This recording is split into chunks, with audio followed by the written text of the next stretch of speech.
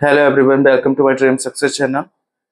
आई hope जो मैं session provide कर रहा हूँ आप लोगों को पसंद आ रहे होंगे। प्लीज लाइक शेयर सब्सक्राइब करना है। ओके, आज के हम सेशन में जो पॉलिटी है, पॉलिटी के जो भाग होते हैं और भाग को समझेंगे, प्लस उनमें जो पार्ट होते हैं, सब्जेक्ट होते हैं, क्या विषय भाग वन के विषय में क्या क्या आता है।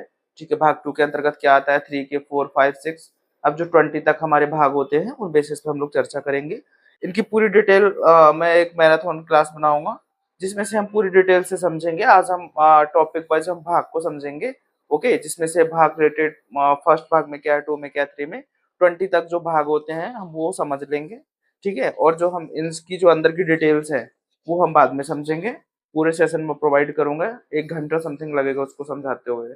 1 से 2 घंटे, 2 घंटे समथिंग समझ लो लगेंगे। आज हम शॉर्टकट में चीजें समझेंगे। ठीक है, तो देखो, और एक बात और, हमने जो अगर हम बोलें कि जो सूचियां होती हैं, जैसे पहले में क्या होता है, दूसरे में क्या होता है, जो हमारी 12 पहले मूल संविधान में कितनी सूचियां थी, 8 थी। अभी कितनी है, 12 प्रेजेंट में। ठीक है, सो उस पे क्या, वो क्या पर्पस से जुड़ी हैं और कितनी है, क्या उनमें सब्जेक्ट है, वो मैं ऑलरेडी सब कुछ बता चुका हूँ पिछले वाले सेशन में। मैंने ज्योग्राफी से जो रिलेटेड प्ले लिस्ट बनाई है, आप वो प्ले लिस्ट भी देख सकते हैं। किसी को ज्योग्राफी पढ़ना है वो उस पर समझ सकता है। पॉलिटी पढ़ना है तो पॉलिटी पे डेली बेसिस पे सेशन जो प्रोवाइड किए जा रहे हैं प्ले लिस्ट में ऐड होते जाएंगे, जिसमें से हमने बहुत सारी चीजें पढ़ा चुके हैं। जैसे अनुसूची हैं वो हमने 12 की 12 समझा दी हैं। और हम बोले कि आर्टिकल्स क्या होते हैं सर, तो पूरे मैंने आर्टिकल्स पढ़ा दिए हैं। ठीक है, और जिसमें से मौलिक अधिकार, डीपीएसपी, ये सब मैंने बता दिए हैं। संघ के और आर्टिकल्स रह गए हैं, यूनियन स्टेट्स से लेकर जिसमें राष्ट्रपति, राज्यपाल, ये मैं और प्रोवाइड करके उसमें ऐड कर दूंगा। आज भाग समझ लो, पॉलिटी के अंतर्गत कौन कौन से भाग आते हैं। ठीक है, सो देखो, हमारा जो पहला पॉइंट है भाग, उनके विषय क्या है। भाग वन में क्या आता है, संघ और क्षेत्र। ठीक है, संघ और क्षेत्र मतलब कोई सा भी नया स्टेट बनाते, कोई सा भी कुछ नाम ऐड करना होता तो वो भाग किसके अंतर्गत आता है, अनुच्छेद वन के आर्टिकल वन में, और भाग एक के अंतर्गत आता है। ठीक है, संघ और राज्य क्षेत्र। ठीक है, संघ और उसके क्षेत्र के अंतर्गत आता है। ठीक है, भाग टू में देखो, नागरिकता, जिसे सिटीजन बोलते हैं। सिटीजन कहने का मतलब समझ रहे हो, सिटीजन जो नागरिकता होती है, क्या होती है, नागरिकता। नागरिकता हर देश में अलग अलग कंडीशंस होती हैं, टर्म्स ऑफ कंडीशंस अलग अलग होती हैं। ठीक है, कि नागरिकता बोले तो हमारे भारत देश में नागरिकता किसी को पानी है तो क्या कंडीशंस हैं। ठीक है, और अदर कंट्री में सबकी टर्म्स ऑफ कंडीशंस अलग अलग होती है, पर हमारे भारत में अलग है। ठीक है, सबकी नागरिकता इसमें किसमें, भाग टू में जब मैं डिटेल से समझाऊंगा तो ये भाग टू के अंतर्गत प्रदर्शित की गई है। ठीक है, मौलिक अधिकार, जिसको अपन फंडामेंटल राइट्स बोलते हैं, जो आर्टिकल संविधान में 12 से 35 तक उल्लेख हुए हैं। सो वो मैं आर्टिकल्स ऑलरेडी मैं पढ़ा चुका हूँ, तो अब देख लेना, आपको समझ में नहीं आया तो। जिसमें से फंडामेंटल राइट्स के बारे में बताया, 12 से 35 तक है, 36 संख्या अपन डीपीएसपी है। ठीक है, इनके और इनके अमल एक अंतर्गत जो भी सारी चीजें आती हैं, मौलिक कर्तव्य, उनकी भी मैं चर्चा कर चुका हूँ। ठीक है, सो देखो, ये क्या है, मौलिक अधिकार, फंडामेंटल, ये कहाँ से, आर्टिकल कहाँ से कहाँ तक होते हैं, आर्टिकल 36, सॉरी, 12 से 36 तक होते हैं। ठीक है, ये मौलिक अधिकार कहाँ से लिए गए हैं, यूएसए से। ये भी मैं एक दिन पढ़ाऊंगा कि कौन सा स्रोत कहाँ से लिया गया है। जैसे डीपीएसपी कहाँ से लिए गए हैं, आयरलैंड से। ठीक है, फंडामेंटल राइट्स कहाँ से लिए गए हैं, मौलिक ये कहाँ से लिए गए हैं, यूएसए से। ठीक है, और जितने जितने भी सारी चीजें हुई हैं, फंडामेंटल राइट, डीपीएस पे कोई संशोधन वगैरह वगैरह, जितने भी चीजें आती हैं ना, कौन सा स्रोत कहाँ से लिए गए हैं। ठीक है, वो मैं अलग से इसका सेशन प्रोवाइड करूंगा, तब मैं समझाऊंगा इसके अंतर्गत। ठीक है, मौलिक अधिकार फर्स्ट टाइम समझ लो कहाँ से लिए गए हैं, आर्टिकल संविधान में 12 से 36 तक है। ठीक है, और कहाँ से लिए गए हैं ये मौलिक अधिकार, अमेरिका से। कहाँ से, अमेरिका से। ये क्वेश्चन काफी बार पूछ दिया जाता है कि मौलिक अधिकार का स्रोत कहाँ से लिए गए हैं, ये अमेरिका से। ये याद रखना आप लोग, यूएसए से। ठीक है, भाग चार, राज्य की नीति निर्देशक डीपीएसपी, ये कहाँ से लिए गए हैं, आयरलैंड से। ठीक है, जो कि भाग चार में दर्शाया गया है। इनके अगर अनुच्छेद की बात करूं तो कहाँ से आते हैं, 36 से लेकर 51 तक। समझ में आई बात, ये डीपीएसपी के अंतर्गत आते हैं। ठीक है, अगर हम 51 ए की बात कर लें तो ये किस में आते हैं, मौलिक कर्तव्य में आते हैं, जो कि पहले अभी 10 थे, 11 और जुड़ गया है। 11 में बोला गया है कि हर एक माता पिता का क्या होगा, हाँ 11 में एक ऐड और हुआ है मौलिक कर्तव्य।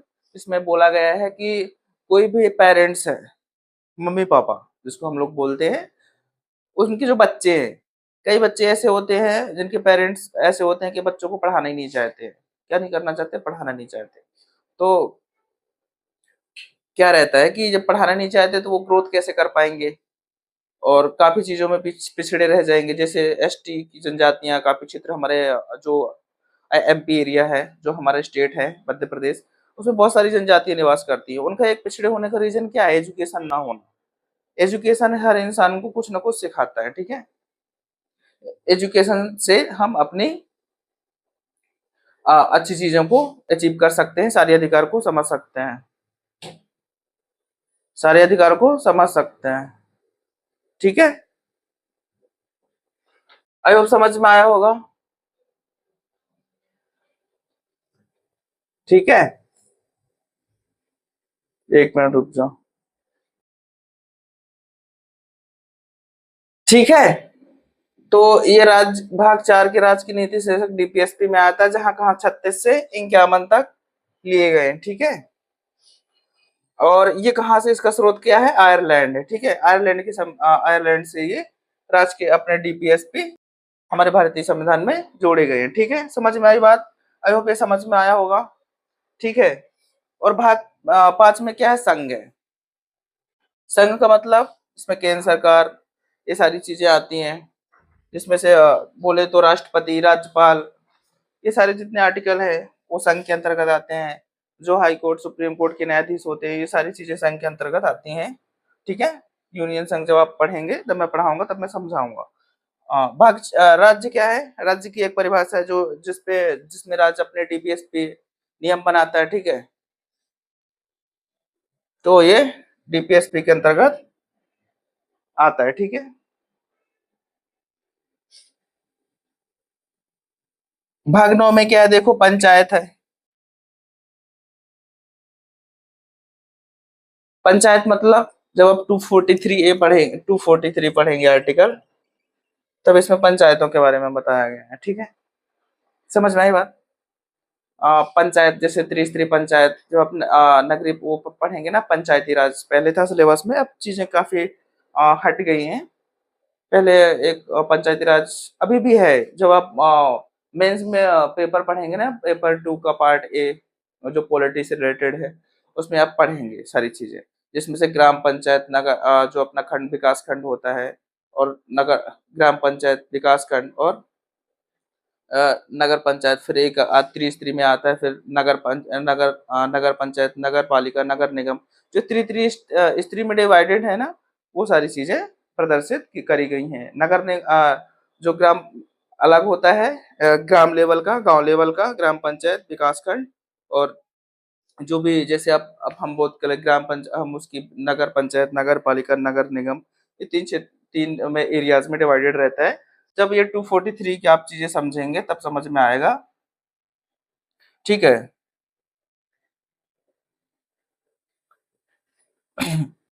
तो हमारे शायद नगर निगम की बात करें, जिसमें क्या क्या आता है, देखो नगर पंचायत,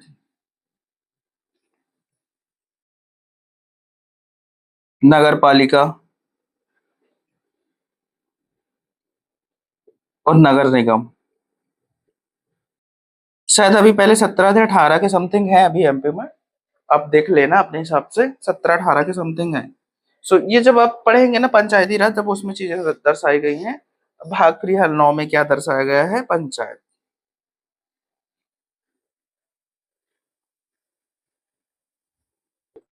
तो ये समझ में आया, इसमें ग्राम पंचायत आती है, जो ब्लॉक वाला एरिया आता है जिसको बोलते हैं क्या,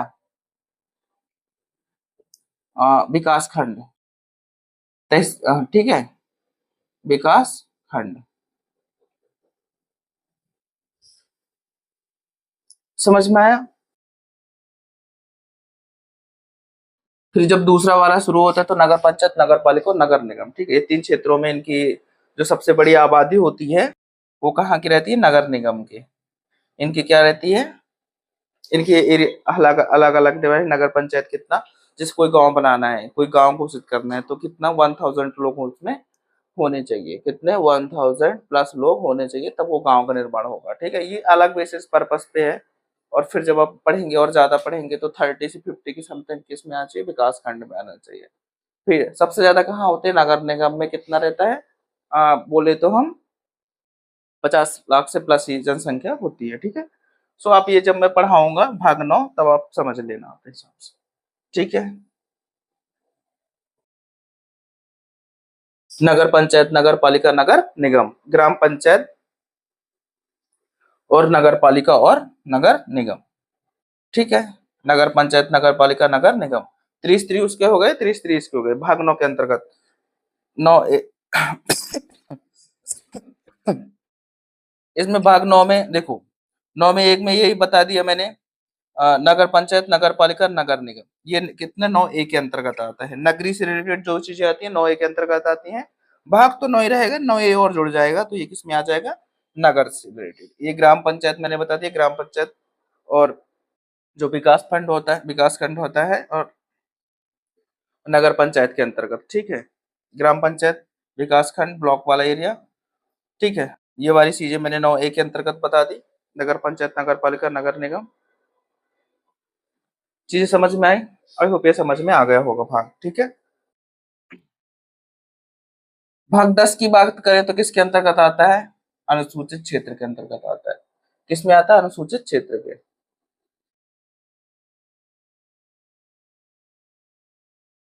ठीक है, किसमें आता है ये? अनुसूचित क्षेत्र के अंतर्गत। अनुसूचित क्षेत्र क्या होते हैं?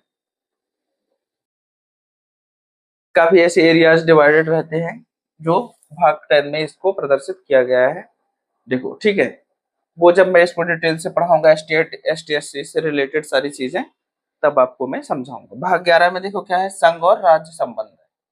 क्या ये? संघ और राज्य संबंध। सेंट्रल क्या है और राज्य के बीच में क्या है? संबंध है दोनों। ठीक है, इनके वर्सेस में चीजें समझाई गई हैं। संघ के अंतर्गत क्या आती है, राष्ट्र के अंतर्गत क्या आती हैं, तो ये संघ राज्य किस बीच में समझाया गया। भाग 12 में क्या है? वित्त आयोग है। वित्त की, सॉरी, वित्त क्या है? वित्त। अब वित्त से रिलेटेड क्या क्या चीजें होती हैं जिसमें हम इकोनॉमी की सारी चीज, हम इकोनॉमिक्स की बात करें, क्या रहते हैं कि वित्त से रिलेटेड आय व्यय का लेखा जोखा जो हमारा क्या कौन करता है भारत में? CAG करता है। कैग बोलते हैं जिसको। ये राष्ट्रपति के नियंत्रण में काम करता है। राष्ट्रपति के प्रसाद पर्यंत काम करता है। किसके? ठीक है, तो ये इसका लेखा जोखा कौन करता है? हमारा भारत का कोई वित्त का कोई काम से रिलेटेड है तो हमारी जो टीम होगी वित्त आयोग की, वित्त आयोग बनाया है, उससे रिलेटेड जो भी कार्य होंगे उनका लेखा जोखा कौन करता है? कैग। तो वित्त से सारी चीजें रिलेटेड भाग 12 में दर्शाई गई हैं। भाग 14 में क्या है? सेवाएं हैं। भाग 14 में क्या है? सेवाएं हैं। जैसे IAS, IPS, IRS, Indian administrative service, IAS, IPS Indian police service, IFS Indian foreign service, IPS Indian, IRS Indian railway service. तो ये सारी सेवाएं,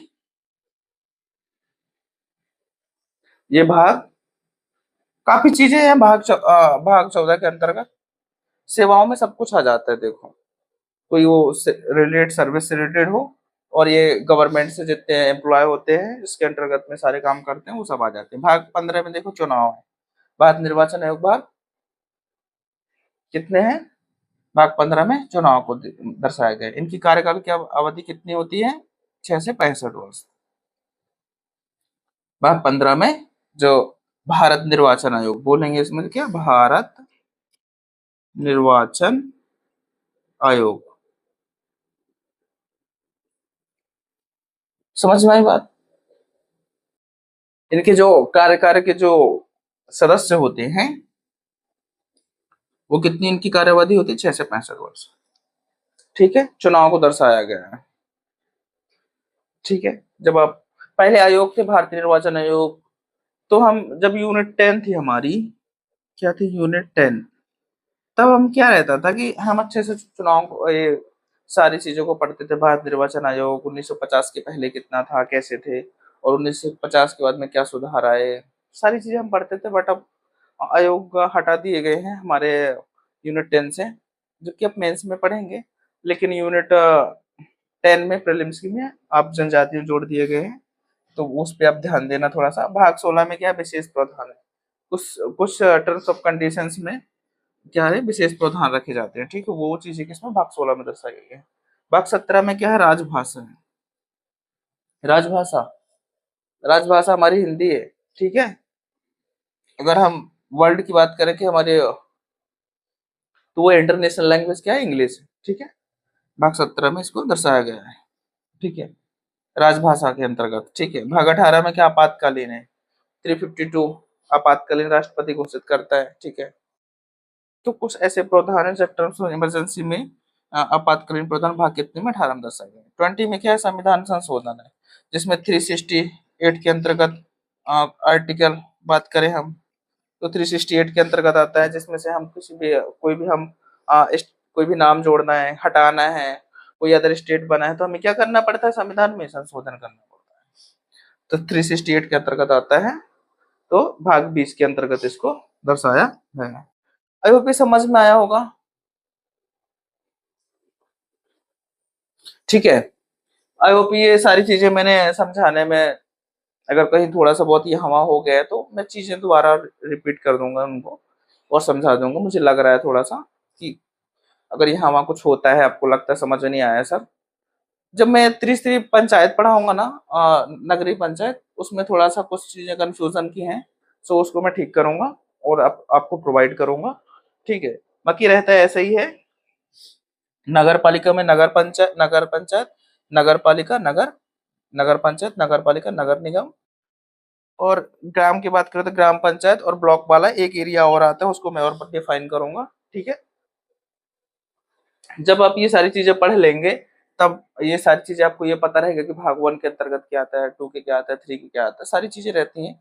वो धीरे धीरे मैं सब चीजें समझाऊंगा।